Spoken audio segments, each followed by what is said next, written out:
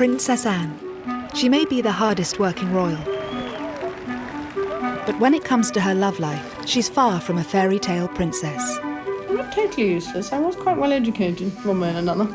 She said, I will marry the man I choose, no matter who he is or what he does. From intense press speculation. There was an awful lot of interest in who she was seeing and what this might mean for the monarchy. To a love triangle with the future queen. She doesn't seem concerned about etiquette from the palace's point of view. And public scandal for a very private princess. Divorce? Very much. Never been mentioned. Mark was having an affair of his own. He fathered an illegitimate child. Royal experts and insiders reveal how Anne's 7 love affairs show us what she's really like. In many ways, Anne was a trailblazer.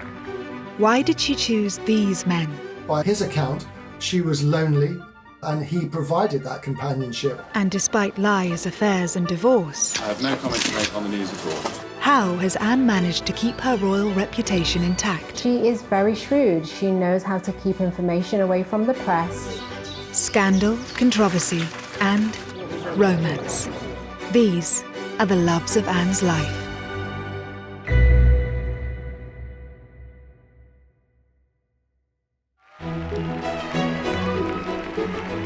Sir Timothy Lawrence is the man we're used to seeing by Princess Anne's side.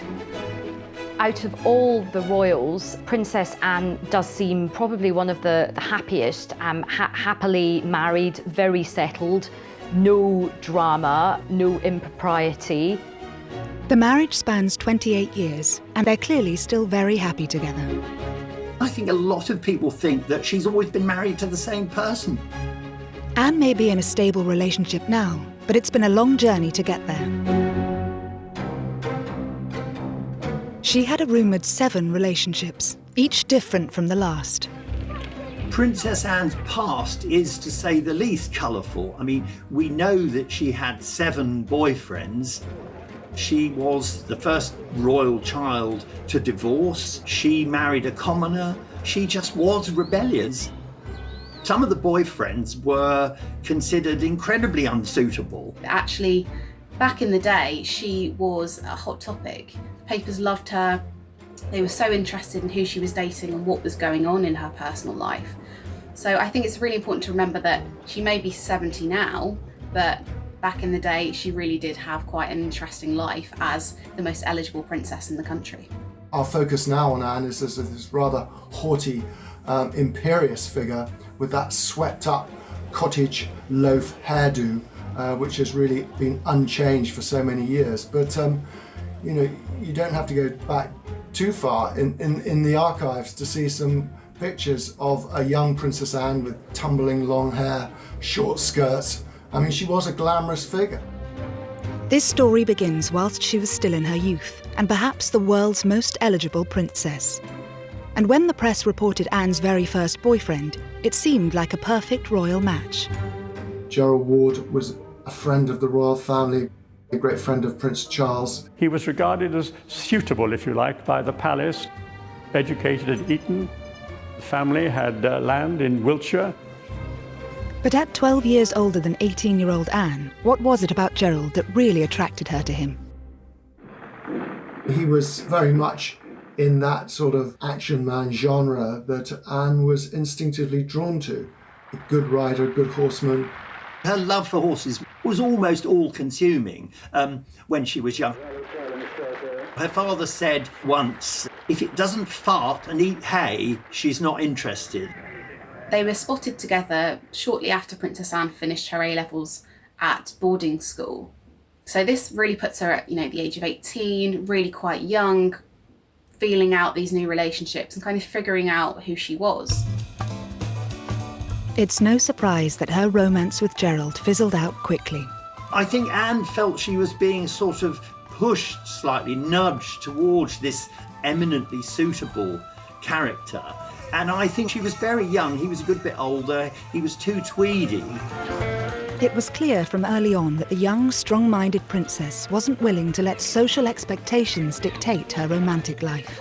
Anne was always clear. She said, I will marry the man I choose, no matter who he is or what he does. If you had not met a man whom you wanted to marry, do you think you would have married out of a sense of duty?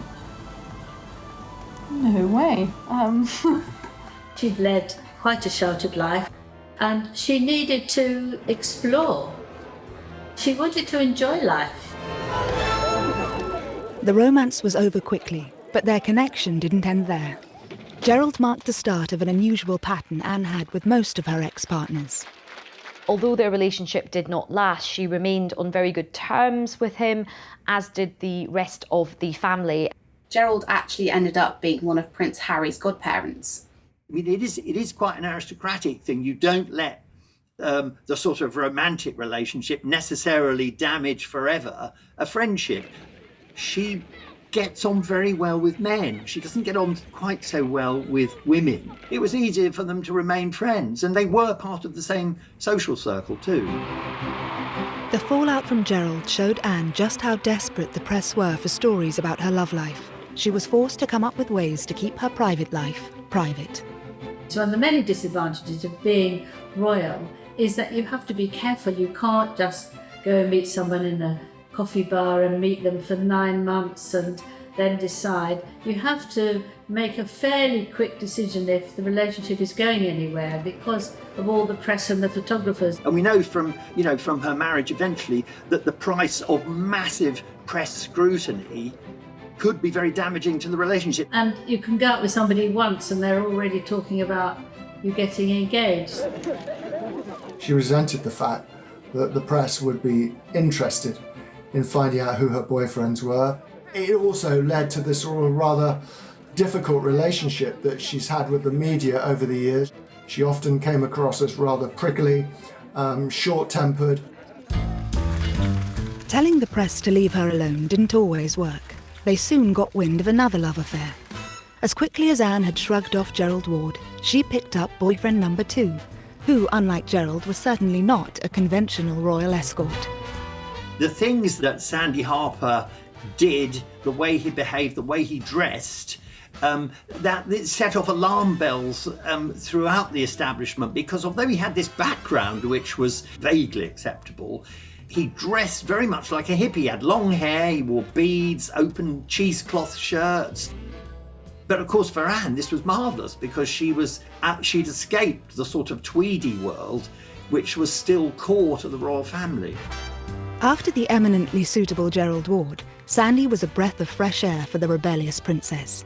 Not a military man or an aristocrat, but a professional polo player whom she met through her love of horses. They were seen out at the discotheques that were springing up all over London in the late 60s and early 70s.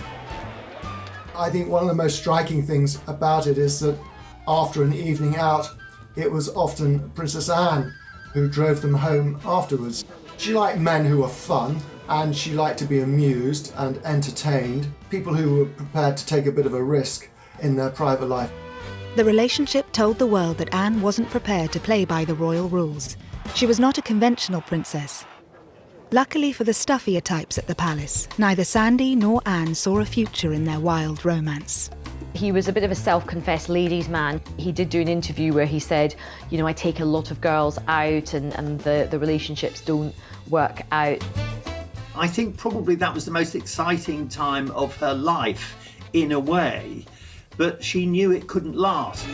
So she knew it was almost like she was being allowed to play for a while before the serious business of being a grown-up royal had to begin.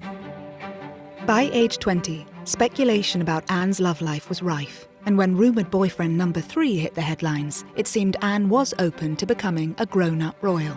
Richard Meade was another extremely accomplished horseman, and in fact one of our most decorated Olympians. His love of horses, that rivalled even hers, seems to have been a huge attraction for Anne. But unlike Sandy before him, Richard also had an understanding of her royal life. Meade was definitely part of that approved social set that it was okay for the royals to mix with because, you know, they knew his background, they knew his family. He was also quite discreet, which is obviously something that the royals really take quite seriously. And she really wouldn't have been interested in someone that fawned over her and her royal status. But I think for her, the main thing would have been someone that could deal with her no-nonsense attitude. Richard seemed to be the favourite for the princess's hand. I think there was a lot more talk about Richard Meade as a potential husband for Anne than there had been hitherto about anyone else. But Anne's own father had his doubts. Richard Meade, who indeed was a friend of mine, he was unfortunately 12 years older than the princess, and I'm told that the Duke of Edinburgh felt that it was a bit too much of an age gap between the two, so he was discouraged. Anne was just 20, and Richard may have been just too grown up for the young princess. She seems to have listened to her father, and after less than 2 years, the pair parted ways. She was in no great hurry. Times had changed. She was not under pressure to marry. She didn't have to produce an heir to the throne. It gave her a degree of freedom that her brother never really had to enjoy. And she was determined to enjoy it. And if that meant dating 1, 2, 3, 4, 5 men before she married, then so be it. Richard Meade, he became quite a close friend. They could go on horse events together, and his children became very friendly with Prince William and Prince Harry. So she wasn't spiteful, she wasn't bitter. Anne's most risky romance has been under wraps for years, involving a complicated love quadrangle. The story that sent shockwaves through the royal circle remains largely untold. By age 20, Anne had met rumoured boyfriend number 4. Andrew Parker Bowles, I think, was a serious contender, a very distinguished army officer as well, and a very great favourite of the Queen.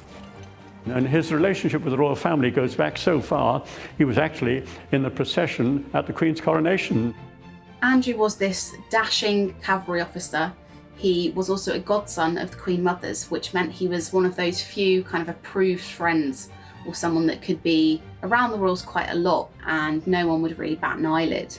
I think she was very intrigued by him. He was a very suave, sophisticated figure, much more experienced in the ways of the world than the men she'd hitherto been dating. But there was one slight problem. Anne wasn't the only woman Andrew was seducing. The name is familiar, of course, because he was dating a young woman called Camilla Shand, who became Camilla Parker Bowles and is now, of course, the wife of the Prince of Wales. But he was also seeing a lot of other women in his spare time. It was thought that when he cheated on Camilla with Princess Anne, that Camilla decided to get a bit of revenge, and that was when she actually started up her own relationship with Prince Charles. Thus began Anne's best-kept secret, a rumoured royal quadrangle involving the Queen's 2 eldest children. Andrew and Camilla were supposed to be dating each other, but in their spare time, they were dating others. And who were they dating? They were dating the heir to the throne and his sister. I mean, it's a very glamorous foursome. The relationship shows that for the determined, forthright Anne, there was to be no settling in her pursuit of happiness, even for the sake of appearances. There's very much a sense of, well, if a guy can do it, why can't I with Princess Anne? She saw in Andrew Parker Bowles someone who was slightly dangerous, if you like, but also great fun. And I think it showed there was an element of that in Anne too, that she was someone who was prepared to take risks with her romantic life and to see where that might lead her. This risky romance did not sit well with the palace, and perhaps, as with previous lovers, this was also part of the appeal. So I think even at this very early stage in Anne's life, we can really see her strong character coming through. She doesn't seem concerned about etiquette from the palace's point of view. She's quite interested in men who are a bit different, who have got a little bit of a reputation. He would have been a complete no-no for the royal family. Apart from the promiscuity, the big issue with Andrew Parker Bowles was that he was a Catholic. This is one detail that Anne would have to consider. For the pair to marry, Anne would likely have to withdraw from the line of succession. Princess Anne was never going to try and break that particular rule, but that worked in her favour in a sense because she wanted to have fun without the pressure to turn that fun into a sort of formal relationship or even marriage. As scandalous as the relationship may have been, once again, the notoriously private princess miraculously kept it under wraps from the public. When she and Charles would go to breakfast, they would voraciously scan the paper for any of the little tidbits that the papers had published about them. They wanted to know what they'd figured out. Had that relationship been kept secret? It was difficult to get inside information because the whole machine was much more. It wasn't open to the sort of people who would tell tales. There were some rumours, maybe a comment here or there that these relationships were going on, but they were kind of loath to say anything that was too scandalous or that could potentially put them in hot water with the palace, because the palace still had quite a firm grip on the press. The story of this extraordinary relationship was a revelation. She really was besotted with Andrew Parker Bowles. I think after a couple of years of Anne really chasing him, she realised that, he was only really going to make her unhappy. The press were getting more interested, and of course the long shadow cast by his Catholicism and his promiscuity. But I think she's quite a tough cookie, and I think she's probably quite worldly wise, so she probably kind of saw what lay ahead, and she probably decided, I want something a bit different. I want somebody who's going to adore me, and I don't want somebody who's going to be having a glad eye for other people. It's understood when Andrew was posted to Germany, it firmly put an end to things. But despite their complicated past, Anne has kept this ex especially close. Andrew is a godfather to Zara. He's remained a firm friend of Princess Anne's for the best part of 50 years. So no, I don't think there was any ill will on Anne's part towards his marriage for Camilla. After the dangerous liaison with Andrew, Anne once again sought out a quieter, less colourful partner, and again she chose one who shared her love of horses. In 1968, Anne met Captain Mark Phillips. He was a member of the Queen's Dragoons. Of course, another dashing cavalryman. It's easy to see what Anne saw in him. Another gold medal winning equestrian, a military man whose father worked for the royals, and no controversial reputation. Maybe she was looking for somebody who just made her feel safe and secure, reassured, a calm relationship where she knew that the gentleman was really into her, because actually Andrew, having been quite the ladies' man, maybe didn't give her that stability. After the other difficult relationship she'd had, he must have seemed a godsend. They quickly hit it off, and then they were both at the 1972 Olympics. That's where the relationship really blossomed. Mark was different to Anne's previous boyfriends. He was a quiet character. Because we know she's very much like her father, who is quite a controlling character, Mark must have seemed a big improvement on people like Gerald Ward. The relationship would have been the man in the driving seat. With Mark, it was different. He was quite shy.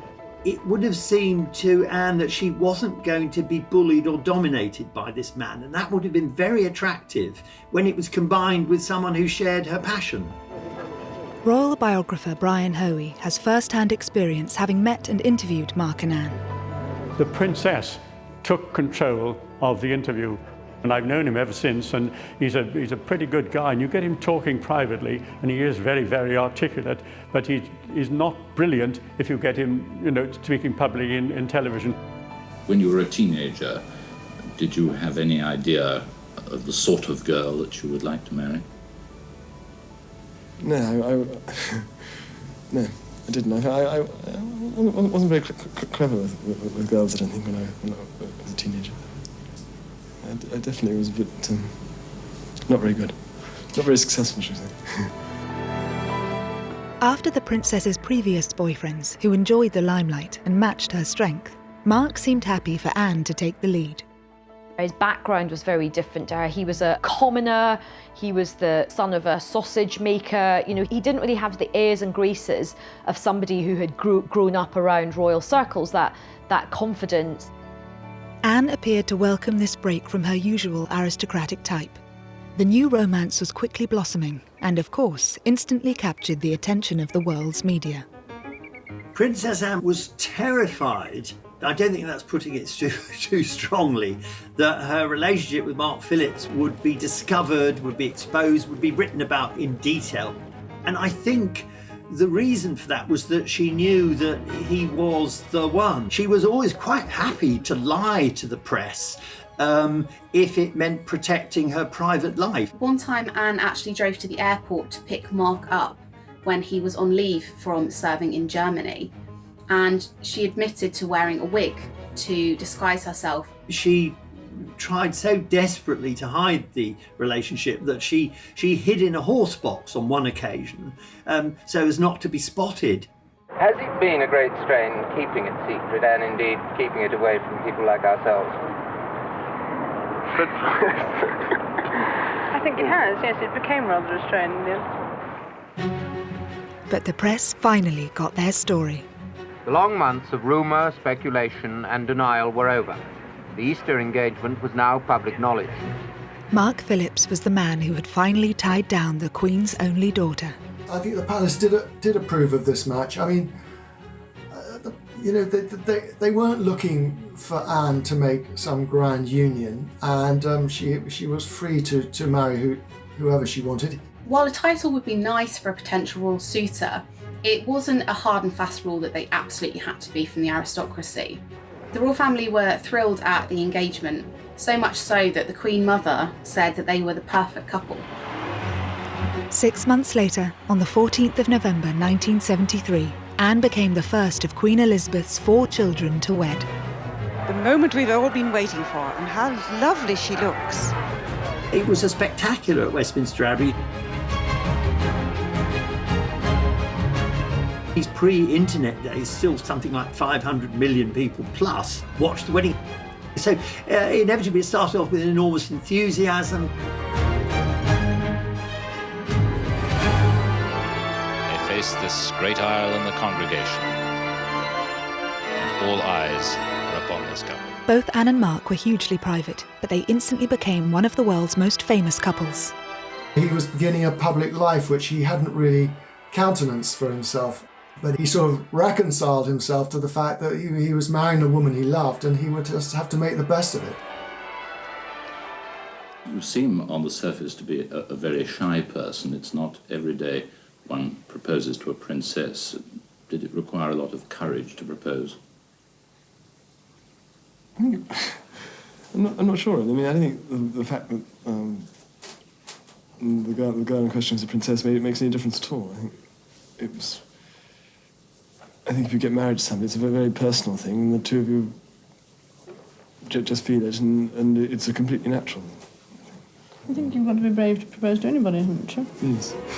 Such was their desire for privacy and normality. When Mark was offered an earldom from the Queen, he turned it down, as the newlyweds wanted their children to be freed from royal constraints. She'd obviously discussed it with Mark, and he agreed that he shouldn't get a title. And she particularly wanted any children not to have a title and to be able to be free and to earn their own living and to not have the restraints that others with titles had. She was revolutionary in that way, really. Early married life appeared idyllic from the outside. The Queen, as a wedding present, had given Anne Gatcombe Park, this magnificent house in Gloucestershire. I saw quite a lot of Anne and Mark during their early days of marriage. I thought they were perfectly suited. Apart from being a loving couple, they were good friends. Anne continued her riding career alongside her royal duties. 4 years after the wedding, their first child, Peter, was welcomed into the family. But within a couple of years of Peter's birth, cracks were already beginning to show in the marriage. Both of them had left the world of show jumping and competing, and he was becoming a farmer and she wanted to devote herself to royal duties. I think they were very much in love, but he was in love with Anne, who was a horsewoman who shared his passion for riding. I don't really think he gave much thought to the other side of Princess Anne, someone who had a full public life as a royal princess, and where that meant he was going to fit in.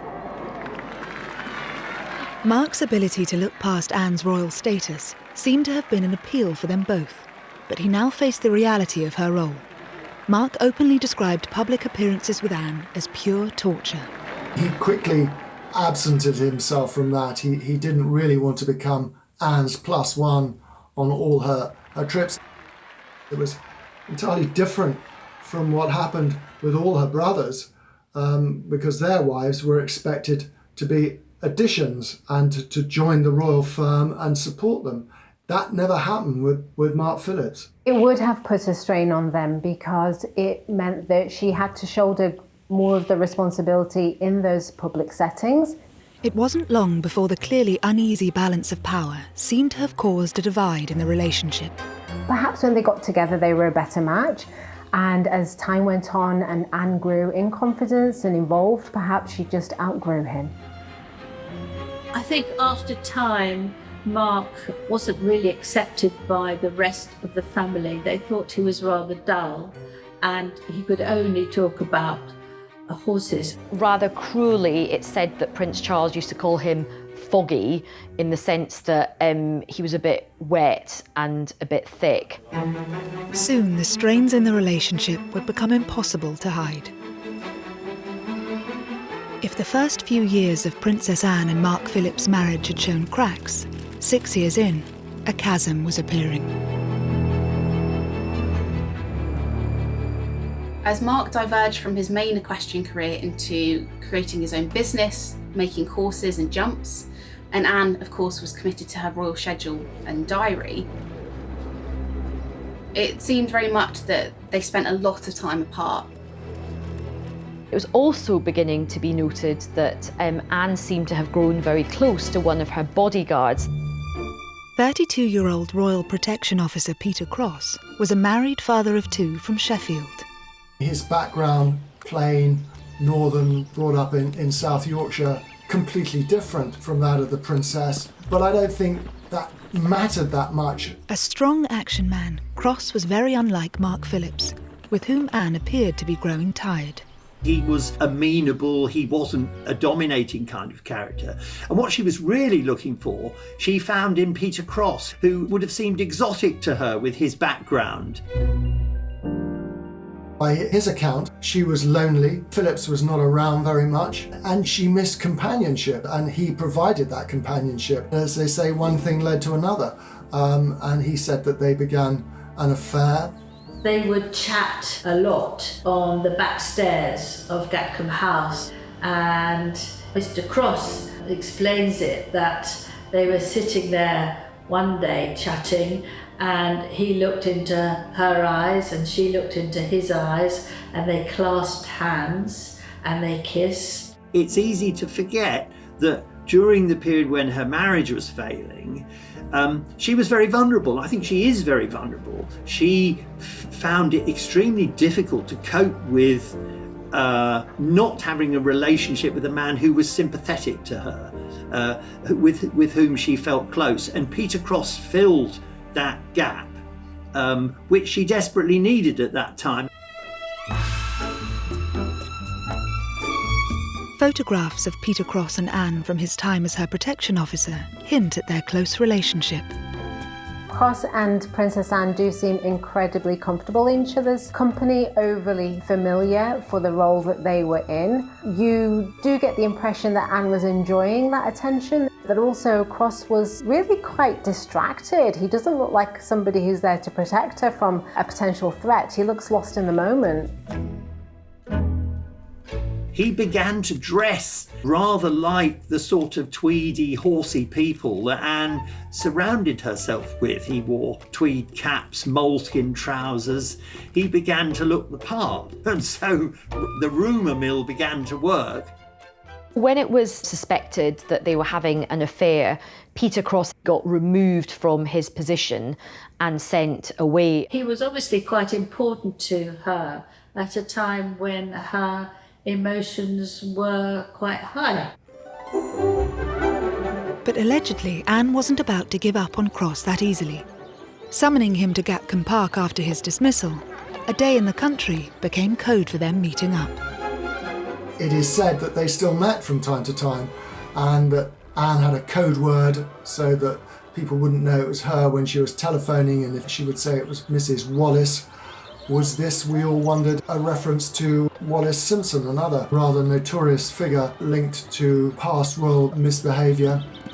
What's quite interesting is that she's quite defiant about this relationship as well. She is a rebel, she isn't going to play by the rules, and even though he's been sent away, she still wants to see him, and she does.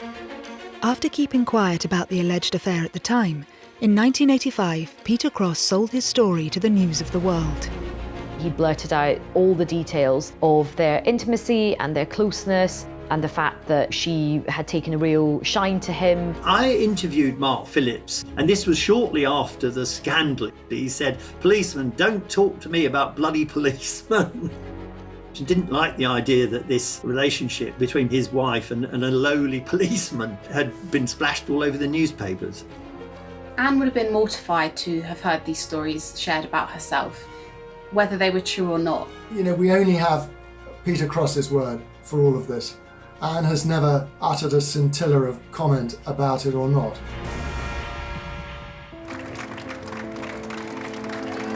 Anne's ability to remain tight-lipped about her private life may be one of the reasons why she escaped this scandal pretty much unscathed. I think Anne didn't get a huge negative response from the public was because she didn't say anything. She didn't confirm it, she didn't deny it. She just got on with her daily life.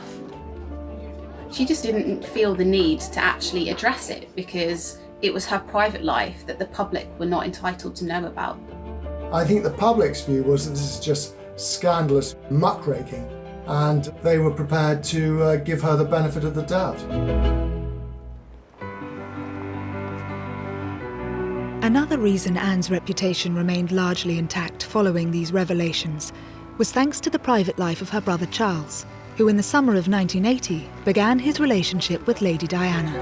Once Diana arrived, Princess Anne was out of the picture.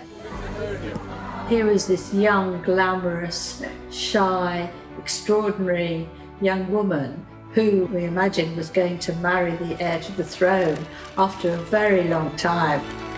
It probably quite suited Anne in many ways that there was somebody to sort of deflect attention away from her.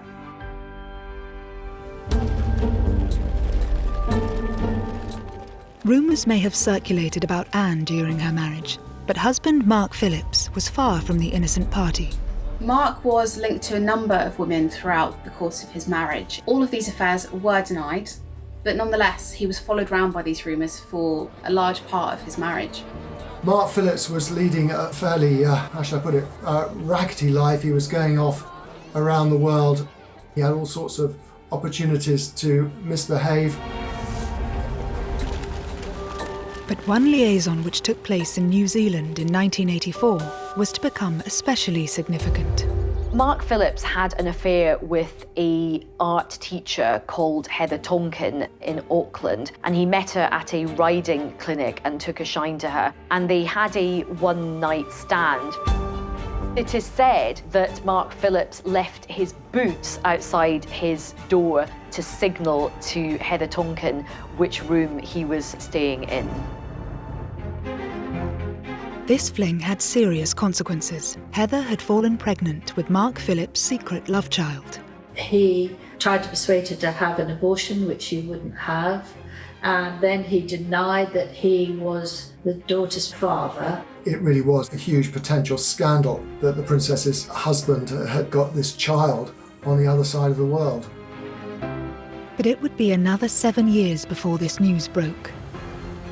A theft exposing another secret would push the marriage even closer to breaking point.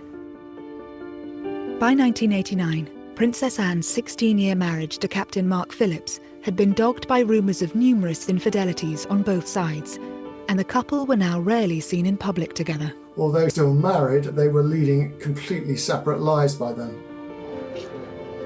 Now a theft at Windsor Castle was about to spell the end of the marriage once and for all.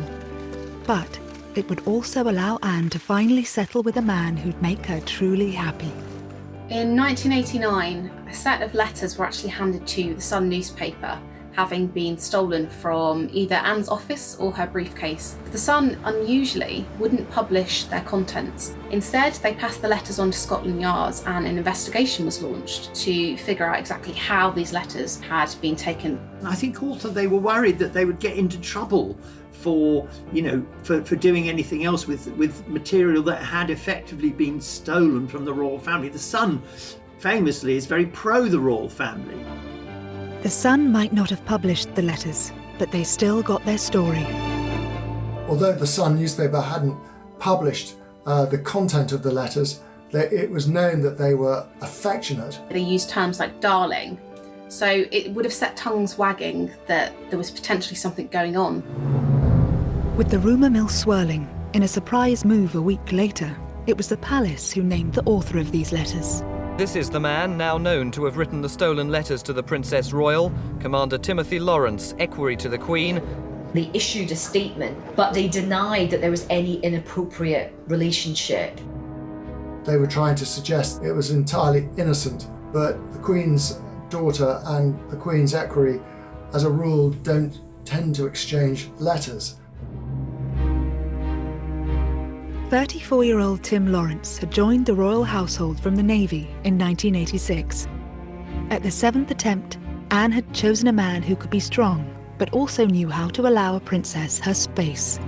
His job as equerry was to accompany the Queen on her official engagements and on unofficial engagements to sort of make himself useful in the background. I mean, one of his great skills apparently is mixing a very good martini.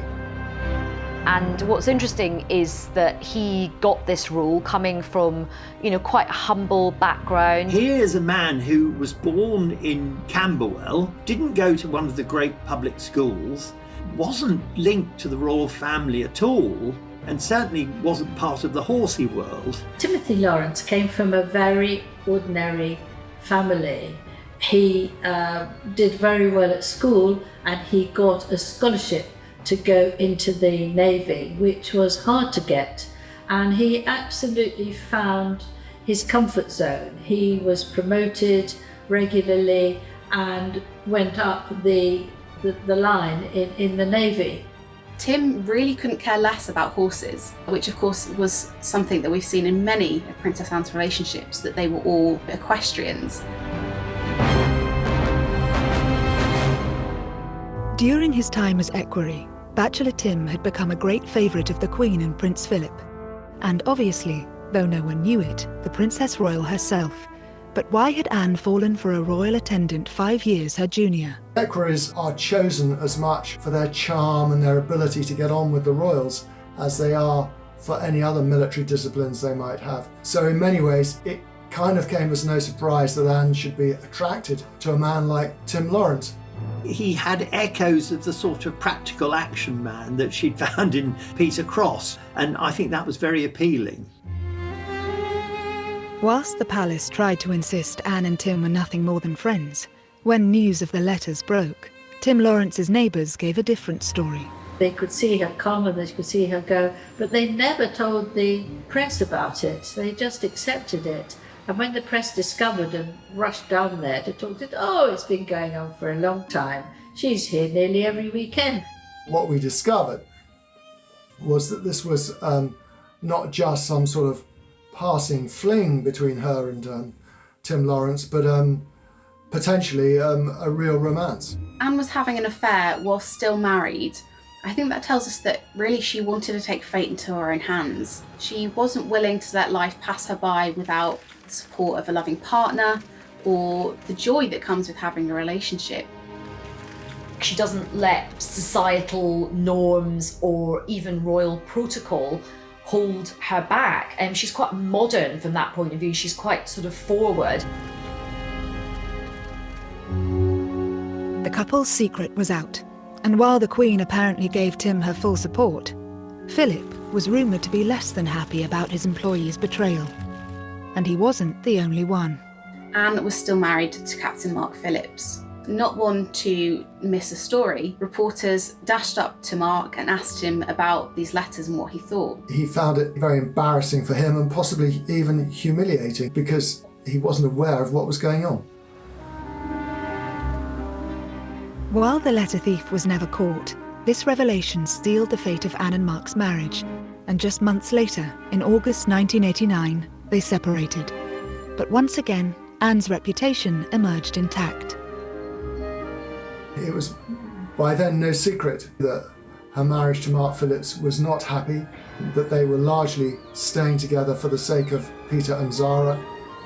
And so I think the public kind of saw this when all these details came out and thought, do you know what? We can't blame her for wanting to have a bit of happiness. Tim Lawrence wasn't married to someone else. He didn't have a past. He was such a solid character that it didn't have all the elements of scandal that the papers need. And so I think Anne got away with it. At the time, Anne was adamant there would be no divorce. Divorce? Very mirror. Never been mentioned by anybody. But this all changed in 1991, when news of Mark Phillips' love child finally emerged. While Mark still denied he was the child's father, a paternity test proved otherwise. It gave Anne a legitimate excuse to get out of the marriage. For that to be splashed across the papers, I think she knew that the public would be on her side, and although divorce was still a bit of a scandal, they very much would have understood that decision. It must have solved a problem that had perhaps been worrying her for quite some time. She may have been the first of the Queen's children to divorce, but the news was overtaken by other much more traumatic events. 1992 is not a year on which I shall look back with undiluted pleasure. Their unhappiness was evident from the moment they arrived. The Waleses, now dubbed the Glums by the tabloid press. The Andrew Morton book on Princess Diana came out, which was absolutely huge. While the royal couple continued to appear in public with their children, the first of a series of scandals had already made the headlines. And of course there were those infamous photographs of Sarah Ferguson, Fergie, having her toes sucked, which everybody just went nuts about. It has turned out to be an annus horribilis. Anne got slightly lost in all of that, and for which I'm sure she'd be very, very pleased.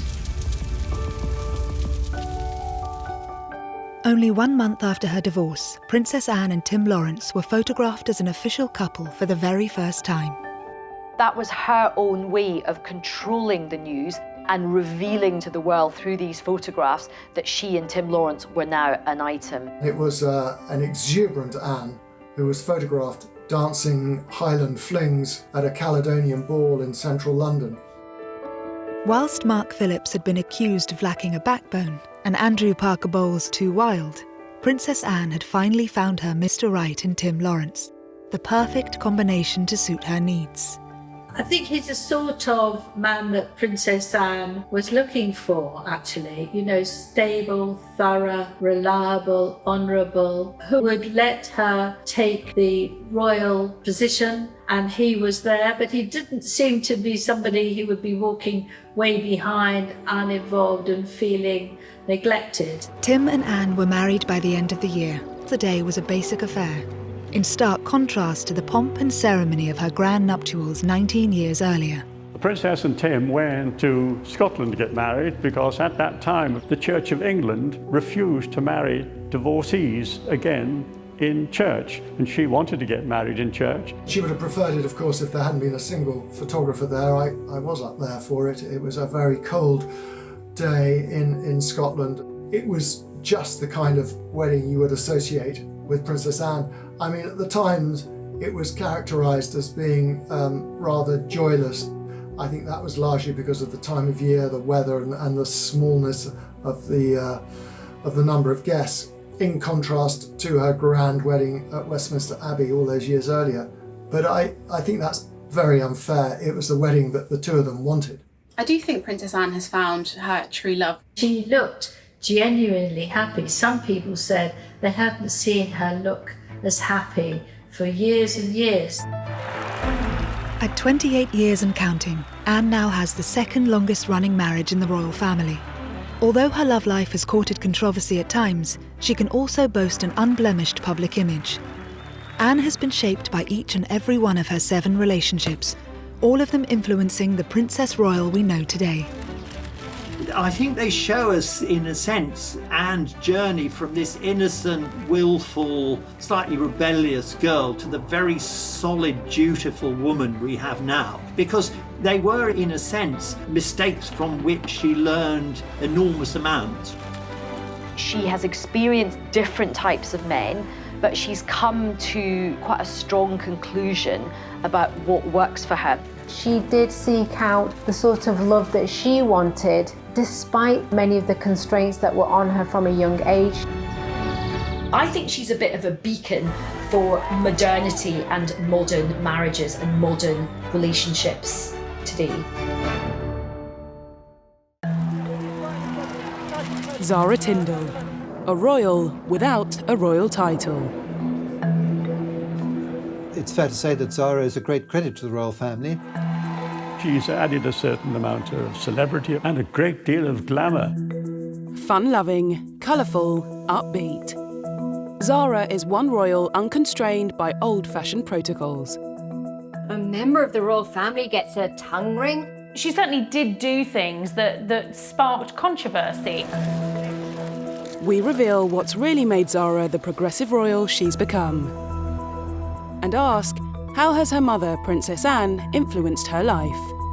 Zara has really looked to her mum as a way to live her own life. There is no pretense. There's nothing superficial about either of them. It is a unique and very close and very strong relationship.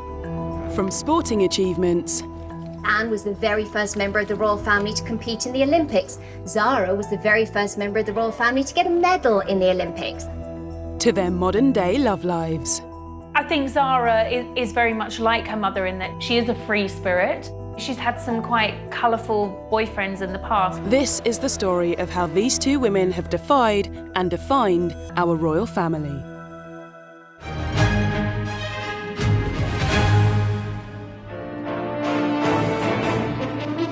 The 15th of May, 1981.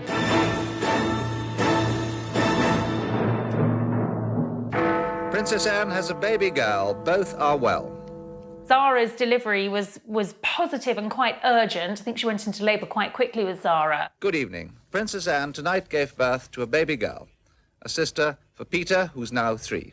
And she's the Queen's first granddaughter. It's not yet known what the new baby will be called, but whatever her name, she'll be 6th in line to the throne. From the very outset, the Queen's first granddaughter was marked out for an untraditional royal life. Firstly, in her name.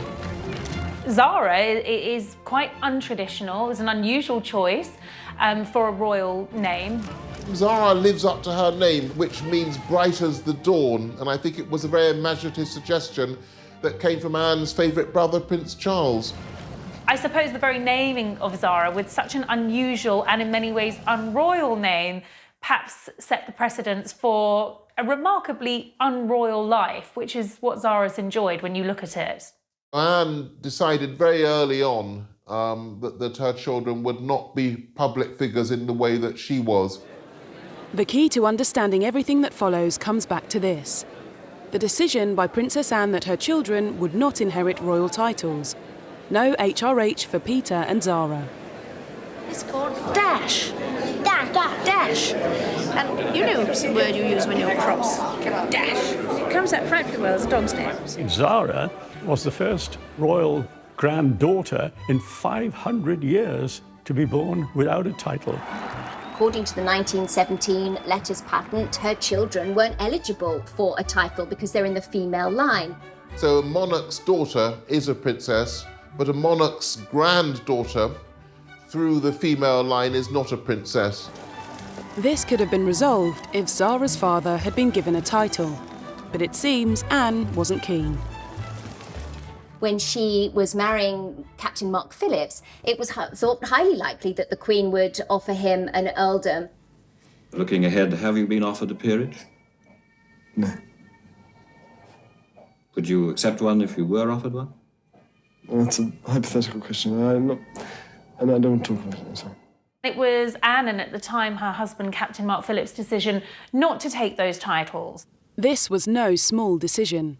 Unlike her cousins, Beatrice and Eugenie, Zara would not be a princess. No curtsying, no honours, but crucially, much more freedom.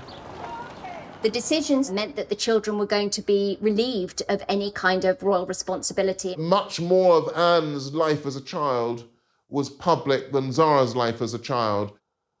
Anne was very conscious that she wanted her kids to have a slightly more sheltered upbringing than she'd had.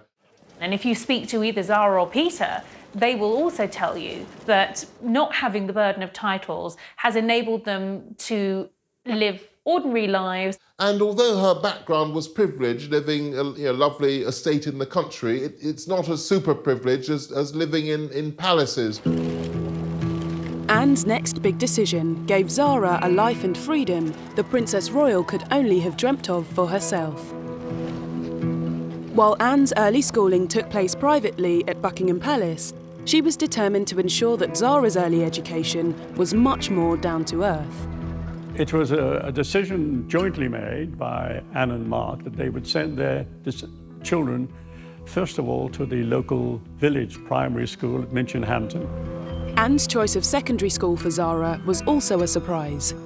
Zara would be sent to Gordonston, a tough, demanding boarding school in Scotland, famed for its cross-country runs and cold showers, not a school associated with young princesses.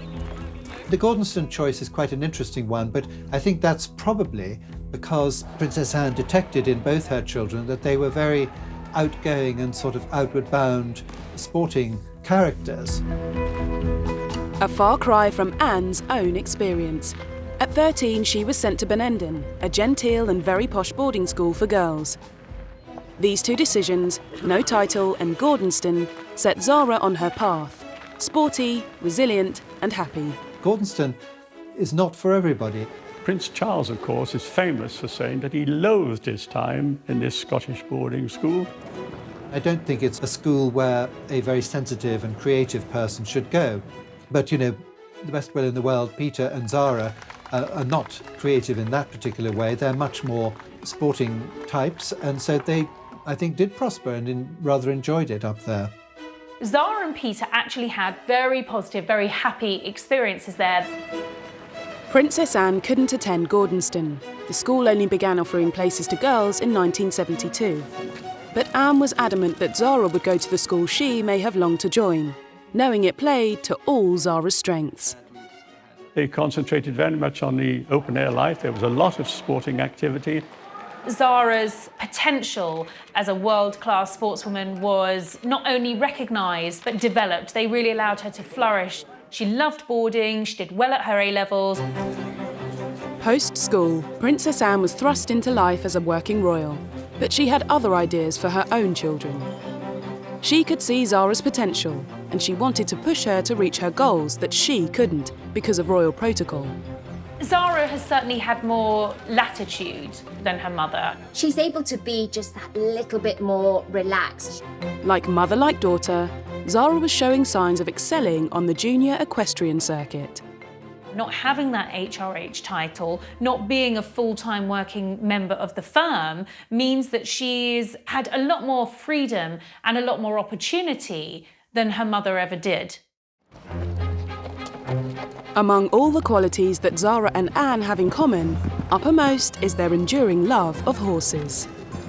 It's impossible to overestimate the importance that horses have been in the princess's life. The British royal family have to be the horsiest family in the country. It's almost like they're pre-programmed to come out loving horses as part of their genetic makeup. Zara, as with every child born into the royal family, would probably have sat on a horse for the first time before she can remember now. In that family, you learn to walk and then you learn to ride. You start on a Shetland pony and then you move on to a slightly bigger pony that's probably quite badly behaved and stomps on your toes occasionally. Pony Club puts a huge emphasis on horsemanship.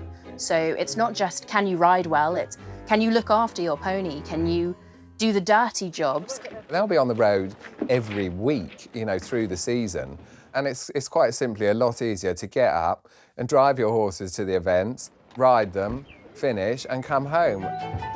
For both Anne and Zara, these routines became second nature, as horses developed into a professional passion and cemented their relationship with each other. I think for Anne and Zara, horses represent their freedom. Influenced by her mother's career, Zara would follow in Anne's footsteps. Eventing comprises of 3 disciplines: the dressage, the cross-country and the show jumping. It's easy to forget because equestrianism doesn't seem so big now. We don't see it on the telly all that much. But Anne was one of the leading and most famous sportswomen of her era. Even if she hadn't been a member of the royal family, it would have been an incredibly impressive trajectory. She became the European champion in 1971 and she was only 21 years old, which is still an age that's eligible for young rider classes. So in the grand scheme of things, incredibly young in this sport. And 2 very familiar faces were on hand to present the princess with her gold medal. In the clip of that moment, Prince Philip in particular is absolutely beaming. Clearly so incredibly proud. Those are occasions when the Queen is present, of course, but I'm sure she would think she's present as a mother. It was a very special moment that the Queen was able to give the prize to her daughter, and it wasn't a special favour prize, her daughter had earned that prize. But Princess Anne's European triumph was followed by a frustrating run of bad luck. Her horse suffered a tendon injury, ruling her out of the Munich Olympics, and there was more frustration the following year. In 1973, when she was the defending European champion, she fell off at the second fence at the Kiev European Championships. Then you have the press, of course, speculating, well, was she just a flash in the pan when she became European champion? That pressure was brought to bear at the next European Championships in 1975. After doing a very good dressage test, the media speculated that Captain Mark Phillips had doped her horse before the test because they'd seen him give the horse a sugar lump. When the horse was drug tested, it was all clear, but she'd had to go through the whole competition knowing that everyone was watching her and thinking, are you cheating? Lucinda received her gold medal. She finished in second place at the European Championships and took home the silver medal. She looks at that as being more of a significant accomplishment because at that point she'd had just about everything that can go wrong, and she'd learned to deal with it. In 1976, Anne became the first member of the royal family to represent Britain in Olympic Games. Riding Goodwill in the Montreal Olympics of 1976, and she said, "It's a unique example in equestrian history where the Queen had bred not only the horse but also the rider." With a European champion mother and an Olympic champion father, it was no surprise when Zara began to forge a fine equestrian career of her own. Zara, unlike her mother, had no conflicting royal responsibilities, so she was able to throw herself completely into her riding career, and Anne was on hand to support her daughter, underlining their unique relationship. It was my decision if I wanted to ride, and never pushed me, so but when I did, they very much backed me up, and you know, they're both very knowledgeable, unfortunately. So they give you lots of advice? Yeah, and criticism. Zara may not have been pushed into equestrianism, but it was obvious that if she inherited her mother's ability, without the constraints of royalty, she could potentially go much further in the sport. It was in the late 90s, in her teens, when she finished second in the Pony Club Championships, that the equestrian media and then the regular media really started to sit up and take notice. Zara won silver at the European Young Rider Championships in Austria in 2002 and made her senior breakthrough at the Burghley Horse Trials the following year, where Pippa Funnell won the illustrious eventing Grand Slam. She'd already won badminton in Kentucky, and everyone was watching to see if she could get the third one and the biggest prize of all. And Zara was very nearly the rider to stop her from doing this. A mistake in the show jumping cost her dear, but for 22-year-old Zara, making runner-up at Burghley was a big step forward. To finish second in such a high-profile year, that was really the moment where people realised that she was a serious contender. Unfortunately for Zara, an injury to her horse ruled her out of the 2004 Olympic team. 32 years after her mother had suffered the same fate. Getting it right for the Olympics, you being fit and your horse is very often, you know, a game that can go wrong. It's not just me who's had that problem before, you know. I think everyone on the team has had a problem in the past. There are a lot of things that can go wrong with horses and a lot of very minor injuries that can put a horse out of contention for major competitions. But Zara quickly put her Olympic disappointment behind her. After that, she started racking up the titles. In 2005, she went to the European Championships and became European champion. Yeah, she was a phenomenal, talented young rider, and her horse was very impressive. And together they just made this, amazing pair. Zara had the chance to go one better the following year at the World Championships in Germany, but she arrived in Aachen in a state of shock. Just before Zara went to Aachen for the World Championships, one of her best friends, Gerald Ward, had what should have been a very innocuous fall at a one-day event.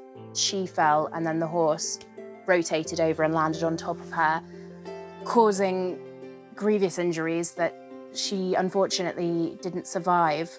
That was one of her best friends, a girl that she'd gone on holidays with in the off-season. They were very close.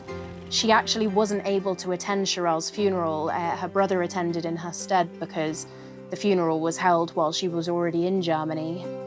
Remarkably, Zara kept her focus and went into the final event in the lead. Zara went into the arena with a German audience screaming so loudly that she lost her bearings for a moment. Didn't realise that the clock had started and so lost seconds off her timed show jumping round. But as she crossed the finish line and looked at the clock, she realised that she'd scraped it, she'd managed the win, she was the world champion. A world away from the eventing arena, Zara followed in her mother's footsteps to become the second royal family member to win BBC Sports Personality of the Year.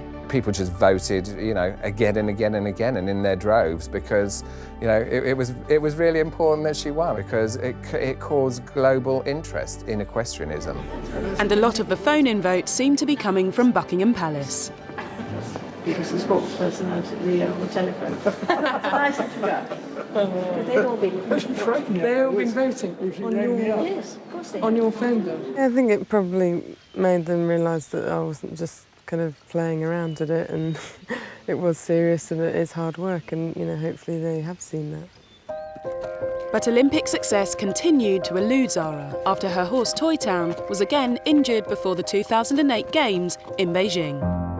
Her Olympic debut would have to wait until London 2012, the Games which Princess Anne had been so instrumental in securing for the capital. The London Olympics, which obviously was an enormous occasion for her to be a part of. It's all getting much closer and everyone's getting more excited. And Zara wasn't there just for the ride. In Jubilee year, the Queen's granddaughter, Zara Phillips, and her teammates were handed their silver medals by her mother, Princess Anne. Made it feel very, everything's worth it, and we did a good job, and we got an Olympic medal. Not many people could say that. Obviously it's amazing. It was amazing to get a medal anyway, so to get it from your mum was pretty cool. Zara had her third child this year, so the postponed Olympics are off the radar. But future success is still very much on the cards. The 2024 Olympics, which will be in Paris, would be probably on Zara's agenda and wouldn't be out of the question. I'm sure her time will come again. She's just way too talented and too young, really, to think that she won't be back at the top. While Anne and Zara bonded over life on the equestrian circuit, they had very different approaches to their love lives. Young and single, Zara entered adulthood able to reap the benefits of freedom and the trust given to her by her mother. It was a stark contrast to Anne, who at her age was tied down by both royal duties and around-the-clock police protection. I think Zara had a lot of fun in her youth. Certainly she loved to party. Zara's brother Peter said she always liked being at the centre of anything fun and boisterous. Yes, her parents really encouraged her to lead a full and happy and successful civilian life, but unfortunately things didn't always go so smoothly. I think Zara is very much like her mother in that she is a free spirit, and she's had some quite colourful boyfriends in the past. I suppose her biggest romance was with a fellow jockey, Richard Johnson, and this was quite a tempestuous, quite a fiery relationship. Just like her mother, Zara liked her men to love horses. In 1998, she fell for a 21-year-old National Hunt star. Not long later, Zara moved in with Richard Johnson, something that would have been unthinkable for her princess mother to have done with a boyfriend. Zara had a reputation for being a bit of a royal rebel, doing things differently, not really caring what anyone thought about what she did. Zara was one of the first younger members of the royal family to be able to live with a significant other without being married. Despite the freedom that Zara enjoyed, she couldn't completely escape the press speculation about the state of her relationship. You'd often see pictures of them out together, kissing, pictures that I suppose further fueled that reputation for Zara as being a bit of a wild royal. Because they were both sort of celebrities in their own right in terms of the sporting world, they attracted an awful lot of attention. He went to a public school, came from a family with a great deal of land, but a very volatile character. And they also attracted attention because they tended to have very public spats, which is something as a member of the royal family you would avoid at all costs. And in January 2001, a row spilled over into the street. Royal rebel Zara Phillips is in trouble again after brawling with her boyfriend in public. Police were called to break up the fight between the Queen's granddaughter and her boyfriend, seen here on the right, jockey Richard Johnson. Neighbours heard a huge ruckus, and it turned out that Richard and Zara were having a huge blow. Richard was said to have pulled Zara from the car and knocked her to the floor. It was later said to be an overreaction. That's, of course, how things are always described, and Zara and Richard stayed together. But, of course, that meant that Zara was tabloid fodder for quite some time. Anne must have known from bitter experience that with freedom came responsibility. But perhaps she also recognised in Zara something of her younger self. When Anne was younger, she had that reputation for being a bit of a wild child. It was a bit of the attitude that Zara has as well, a bit of can do and don't care. Anne clearly understood just how intrusive the press could be when dealing with the private lives of the royal family.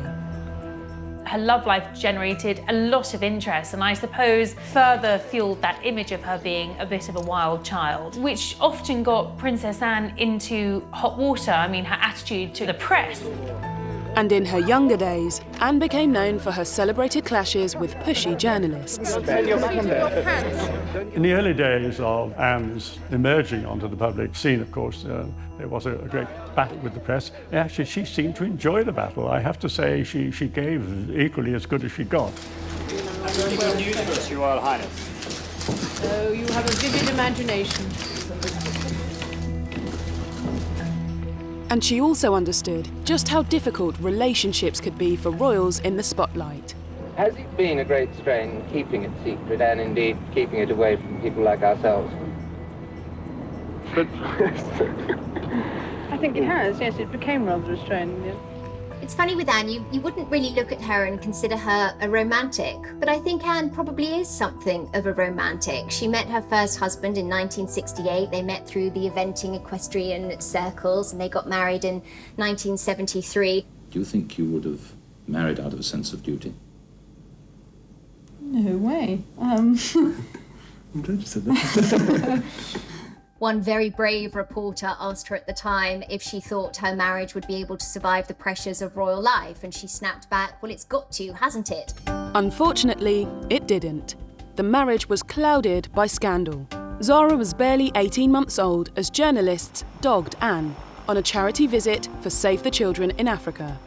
At that time, there were all kinds of rumours circulating about her love life, what was happening with her marriage, was her marriage breaking down? There were so many rumours of infidelity. She was visiting a number of different countries. And the press tagged along because they just wanted the gossip. They wanted the juice, and they wanted to find out more about what was happening in Anne's private life. After public revelations of Anne's infidelity and a love child fathered by Mark, they separated in 1989 and later divorced. Anne's first marriage had become an open nightmare. She would never make that mistake again, and she wouldn't let Zara go through it either. So perhaps it's no surprise that Zara soon changed her mind about living her love life in public. After 5 years of media publicity, in 2003 her on and off relationship with Richard Johnson finally came to an end. Enter England rugby player Mike Tindle, a grammar school boy from Wakefield, Yorkshire. Zara met Mike Tindle when she was in Australia in the November of 2003 when England beat Australia in the World Cup. She met this hard-drinking, professional rugby-playing guy, and the chemistry between them was immediate. So they did exchange their private telephone numbers, and when they got back, he telephoned and asked her would she go out with him. Amazing to do that with a member of the royal family when you think about it, even one without a title.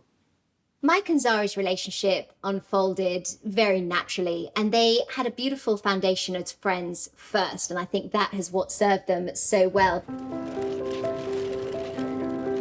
By April 2004, Mike and Zara were an item, and Zara introduced him to the family. There was no wealth, title, or a horse in sight. Princess Anne is totally non-judgmental, but the fact that he had achieved, World Cup winning fame, in the rugby world, he was right up there in her way, because the princess loves rugby. In contrast to Zara, her mother Anne found happiness in a much more traditional figure. Her husband, Timothy Lawrence, was a query to the Queen. But with Zara, her normal life had allowed her to look further afield, and Mike was a welcome breath of fresh air. If you think about the Queen and the sort of people that were at her table in 1952 when she first became Queen, well, now at Easter, she has people like Mike Tindle at the table, who's a very different character from, let's say, the late Duke of Beaufort, Master of the Horse, a great keen huntsman at badminton, etc. By introducing Mike Tindle into the family, she is sort of showing how times change. Their relationship added a softer side into the somewhat stiff family dynamic. You can't ever imagine Anne hugging and kissing anybody. Zara, on the other hand, is very tactile. She does like to hug and kiss her friends. As a world-class athlete, Mike's work ethic was also just what Zara needed.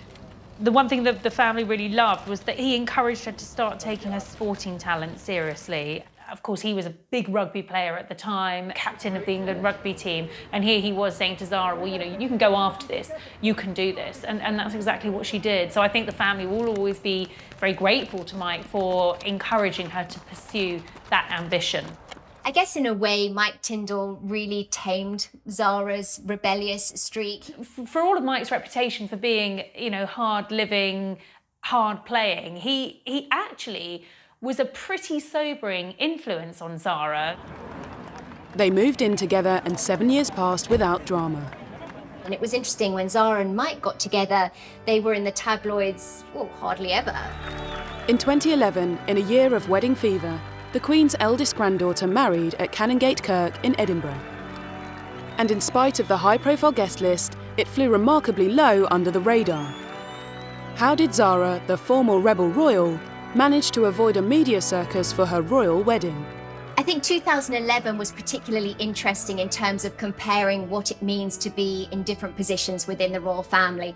On April 29th, we had that epic, full-scale royal wedding of William and Kate. Just a couple of months later, we get to July, and there are Zara and Mike Tindle going through their nuptials in a much smaller, much more low-key fashion. The doors of the 17th century church were firmly closed to any cameras. It looked very relaxed. People remember they've seen Mike Tindle chewing gum. He was criticised for chewing gum in public. And he was just getting rid of his own bridegroom nerves, I imagine. Of course, we had the wedding of William and Kate at the same time, and all the focus was on them, as indeed it had to be. And Zara didn't mind that a bit. I think that was a sort of prime example of the freedom that comes with being a non-titled member of the royal family. They invited 400 wedding guests, modest compared to the party of Prince William, which numbered nearly 2,000. Zara's wedding would have been something that she herself, obviously with Mike Tindle, they chose it, and didn't have to fit into any particular royal category, unlike Princess Anne, who obviously had one of the really full royal weddings to mark Phillips, with carriage processions and Westminster Abbey and everything. She didn't need the guest list of state dignitaries and other members of other royal families. She was able to have her and Mike's friends. It felt very much like a family wedding, but one with plenty of nods to tradition. They were able to keep things really, really personal.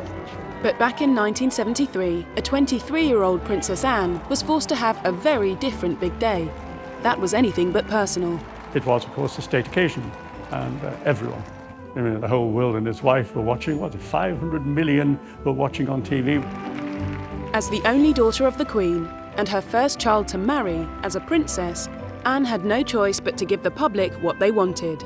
I suspect that Princess Anne probably thought the whole wedding was, as it were, a necessary evil. Would she have preferred a much smaller wedding? Yes, I think so. It's quite something to have to share that with the rest of the world. So when Anne married for a second time to Timothy Lawrence in December 1992, it was attended by only 30 people. The wedding was held at Crathy Church, which is near the Balmoral estate. It's where the royal family chooses to worship when they're in residence at Balmoral. And, just like her daughter Zara's wedding, no cameras were allowed inside the church. It was very quiet, but it was very peaceful. But the locals in Ballater, the local village just outside Balmoral Castle, all know the royal family. And it was a very, very, very pleasant wedding ceremony.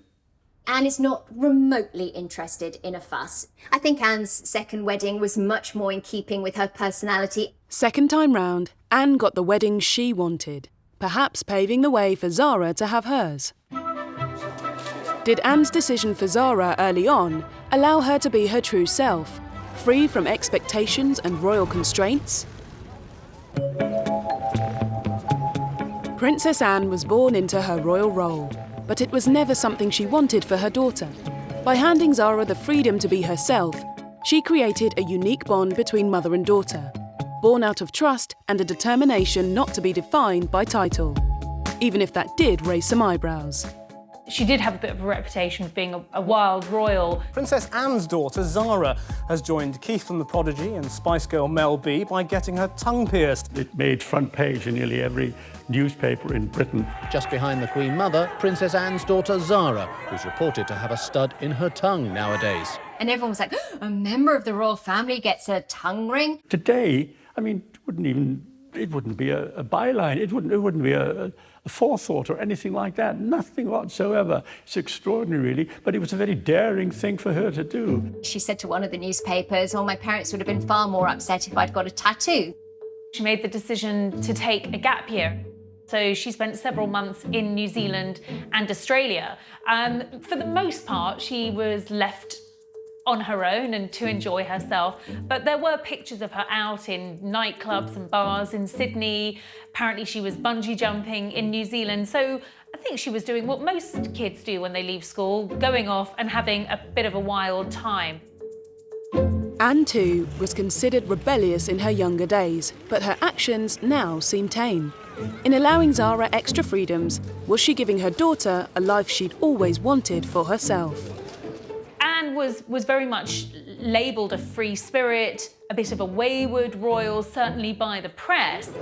People were stunned when footage emerged when Princess Anne was only 19 and she was filmed driving a 52-ton Chieftain tank across rugged terrain. With her recent visit to a North Sea gas rig, the first member of the fair sex ever to be allowed on board one, the princess must be getting used to setting precedents. She's obviously willing to try her hand at anything that comes her way. And that didn't make her a royal rebel, but it certainly made her a woman who knew what she wanted to do in life. Zara Phillips has shown the same level of determination in terms of she won't be told, no, I can't do something. Some of Anne's early antics may have been daring, but she paved the way for her daughter to blaze a far more daring trail, especially for a royal. Shortly after returning from her travels in 2000, she was reported to have hosted an Anne Summers party at Gatcombe Park. Perhaps not wanting to conform the way people might expect her to as a member of the royal family, but nonetheless having plenty of fun. She was pushing the boundaries for a young member of the royal family in those days. With more than 500 royal engagements a year in her diary, Anne's carrying out a role she was born to do. her vocation, her calling, her duty was always to be the Princess Royal. It is a life of service. It's something which she has always accepted. Princess Anne has inherited from her parents this profound sense of duty, absolute sense of duty, and indeed her dedication to public life overrides everything. Zara equally has, in a much quieter way, if you like, in a much less public way, she is just as devoted to the Queen. While Anne liberated her from a life of full-time royal duty, there are still some occasions when Zara will put in an appearance. Who exactly is a member of the royal family? And there are two ways of looking at that. There is a very clear-cut list of who the members of the royal family are, and those are the ones that appear in the court circular, where Zara is obviously a granddaughter of the Queen and very close to her, and a very close member of the family, and will appear at a great number of family occasions. She is not really technically a member of the royal family as such. Appearances, on the balcony, trooping the colour. Of course, there's the Christmas Day walk to church, there's the Easter walk to church. You will occasionally see Zara doing the odd duty, like perhaps handing out a cup at Cheltenham. She may not be an official royal, but Zara is clearly at the very heart of the younger Windsor family. William and Harry, the closest cousins that Zara has got within the royal family, lost their mother at that comparatively early age, back in 1997. Zara seemed to grow even closer to them. Not long after Diana died, the Prince of Wales decided they should all go on a skiing holiday. In January 1998, the world's press descended on Closters for a photo call. Zara would try to trip them both up, and she'd throw snowballs, and they'd have a wrestle in the snow. She was there to take the focus off them, take the pressure off. They used to hate those photo calls, but with Zara, everything is more fun because she's so gregarious. She's great to have around because of her positive energy and her zest for life. She was a huge help, an enormous help to those two, and William in particular, I think, has always had a huge, huge affection for Zara. William is quite serious by nature. He's actually quite shy. Zara is sort of the comedy cousin that you can turn to, where she takes the pressure off of everything. And so that friendship is so authentic. There are dozens of photos of William and Zara together over the years, laughing, joking. There's one time where Prince William was holding an umbrella over Zara. He was protecting her from the rain. I think he feels very protective towards her, and she feels equally protective of him. And Zara has continued to support the family, especially William, from the sidelines. For William in particular, trust is everything. So when you've got a cousin who understands what it is to be a member of the royal family, but they don't have the same pressures associated to it, they can be a tower of strength and support. In October 2013, William made Zara godparent to George, his first son and future king. It's Zara's total loyalty and dedication to her family that has made her such an asset to the cousins that have had to endure the negative side of royal life. Even as a new mother, Anne was required to travel the world as a princess and leave Zara and her brother behind with a nanny. Zara's comparatively normal life means her own children do not have to compete with royal duties. I suppose Mia and Lena Tindle have really got that full-time hands-on parental experience that Zara and Peter weren't able to have, and Princess Anne certainly didn't have. Again, expectations change, generations change, but this is another one of the major pluses that comes with the freedom of being a non-titled member of the royal family. I think she's been very modern in her approach to parenting. Zara was encouraged and supported by a progressive mother, but she's chosen to take it one step further, opening up about her personal struggles with motherhood. She shared the news of her miscarriage, which will have been devastating. Charities have welcomed the Queen's granddaughter, Zara Tindle, who's revealed she had a second miscarriage before having her second daughter last month. She previously had a miscarriage in 2016. And in an interview with the Sunday Times, she said You need to go through a period where you don't talk about it because it's too raw. Speaking of the first miscarriage, she added, for me, the worst bit was that we had to tell everyone knew. Her honesty on an emotive subject like miscarriage showed a personal approach from the famously stoic family. It's unusual for a royal to open up the way that she did. She did it because she felt that it was important. She wanted to talk about miscarriage, and I suppose in doing so try and break down some of the stigma around the subject. She was able to really speak to a broad cross-section of society, and I think people really admired her bravery in that moment. She will open up.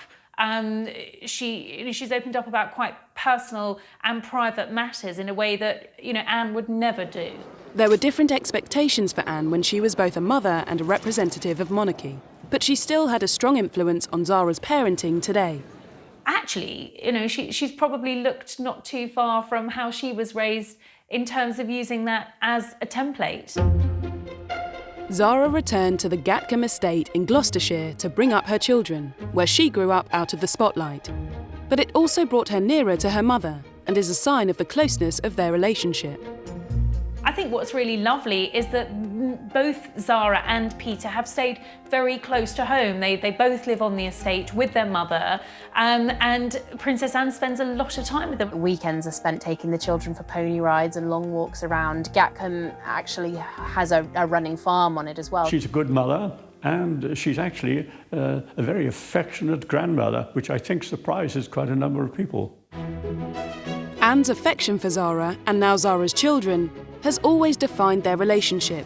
It's a unique mother and daughter bond that has existed since she was born. When Zara was born, I could see that Princess Anne was absolutely besotted.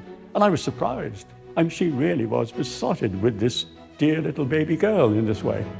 And I've always felt that she was so affectionate towards Zara, and the way they seem to react with each other, certainly in public, is not a mummy and daddy, mummy and child sort of thing. It really is more like sisters in that way. So it is a unique and very close and very strong relationship. I've never heard that Princess Anne and Zara didn't get on well together. I think they've always had lots of mutual interest and great respect for each other. Together, the combination of Anne and Zara has become a force to be reckoned with, breathing life into the firm for the years ahead. They are both very determined, very ambitious women. They both cut their own path in life. Princess Anne was very much a trailblazer in many, many ways. She has a lot of firsts to her name. And although Anne turned 70 last year, she continues to build on what she's achieved for her family. We know that there's longevity in the royal family, and Anne shows no sign of slowing down. Everybody who gets her are absolutely thrilled to have her because she's hugely supportive. Zara has shown us how the royals have evolved and how being liberated from any official role can lead to the modern royal. I think it's probably inevitable that in years to come we are not going to see a royal family as we have today. So I think it's important in the royal family, whether you have a title or not, that you have a constructive role. Princess Anne and her influence led Zara to live a much freer life, and perhaps a life that Anne would have preferred for herself. Zara is an absolutely perfect example of a non-working member of the royal family who gives back to the community, who is present for her family, and yet she's also proven herself on her own merits. She's worked really hard. She hasn't expected any kind of handouts. She's added a certain amount of celebrity, of course, and a great deal of glamour. But having lived a life without a title, she's also struck a balance between relatability and royalty. Being a member of the royal family, having a private life, but also using her position for good. And it's not easy to achieve. Anne broke the mould to give her daughter freedom to push the boundaries in every aspect of her life. One thing that's always struck me about the similarity between mother and daughter, Anne and Zara, is their independence of spirit.